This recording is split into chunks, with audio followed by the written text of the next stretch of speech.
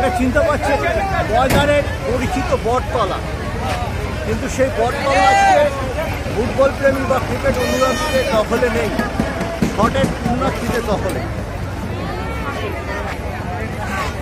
বলার কাঁদি নিয়ে পুণ্যার্থীরা চলেছেন গঙ্গার ঘাটে বা গঙ্গার ঘাট থেকে আসছে,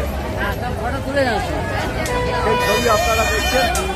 মোটামুটি একটা মেলা বসেছে, যে কোনো বড় পুজো মণ্ডপের সামনে আপনারা যা দেখে সেই বেলুন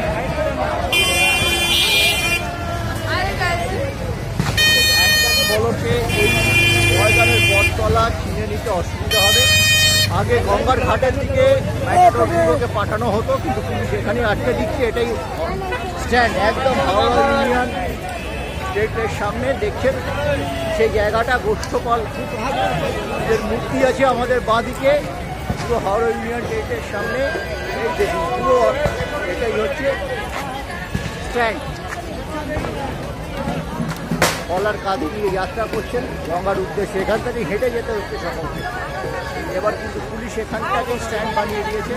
ভেতরে যানজটের জন্য বাবুঘাট বা বাজে কদমতলা ঘাট বলে সেখানে কিন্তু যাচ্ছেন। আইসক্রিম থেকে বেলুন সবই পাবেন,